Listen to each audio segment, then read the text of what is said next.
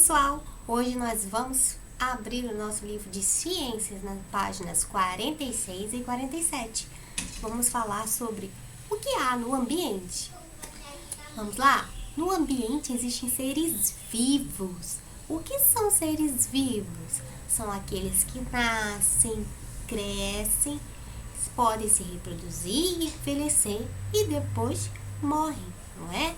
Então, quais são exemplos de seres vivos? Os animais, as plantas e até nós, os seres humanos, né? Somos seres vivos. E temos também os elementos não vivos, são aqueles inanimados que não têm vida, como por exemplo, o ar, a água, né? O solo, as pedras, são elementos não vivos, mas fazem parte da natureza também. Existe ainda elementos não vivos que são criados pelo homem, como os carros, as roupas, os computadores, né? Os brinquedos e outras coisas mais. Veja que interessante, os seres vivos precisam dos seres não vivos para sobreviver. Olha só, a água, ela não tem vida, tem? Não, mas quem mora na água tem vida. Os peixes, né? Algumas plantas aquáticas e outros animais vivem lá na água. E nós mesmos precisamos da água, não é? Para a gente beber e sobreviver, nós seres humanos. Outro exemplo, a terra não possui vida, mas as plantas precisam dela para crescer, não é? Precisam também da água para nascer e viver.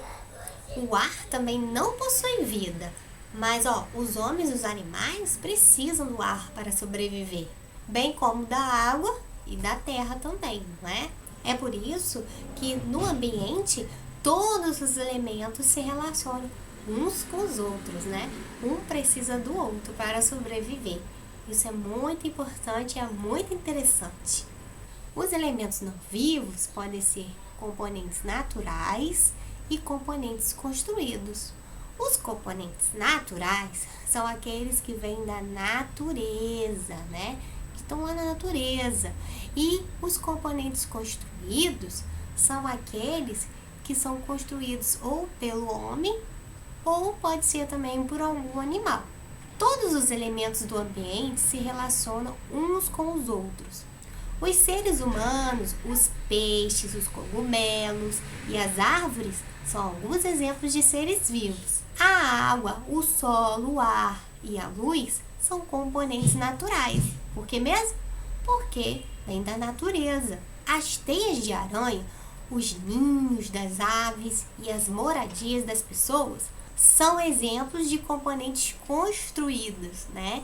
Tá vendo aqui embaixo? Tem uma aranhazinha construindo sua teia. Então, não foi o homem que construiu, foi a aranha. É componente construído pela aranha, né? E essa moradia aqui é um componente construído pelo homem. Então, vamos para a nossa questão número 1. Retome o desenho do ambiente que você fez para a seção investigar o assunto dos elementos que você desenhou. Aqui pediu para a gente retomar o desenho que a gente fez na página investigar o assunto. Mas essa página a gente não fez porque a gente está no período de quarentena. Então eu quero que vocês façam o que para responder essa questão? Quais são os seres vivos? Quais são os componentes naturais? E quais são os componentes construídos? Você vai vir aqui no texto que citou alguns e vai responder essas questões para a prova, tá bom? Número 2. Observe a ilustração da página anterior. Agora sim a gente vai observar essa ilustração aqui, olha. Tá vendo? Classifique alguns dos componentes dessa paisagem nas listas abaixo.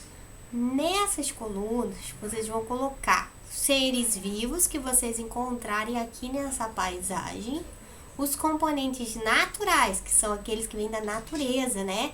E aqui, componentes construídos, certo?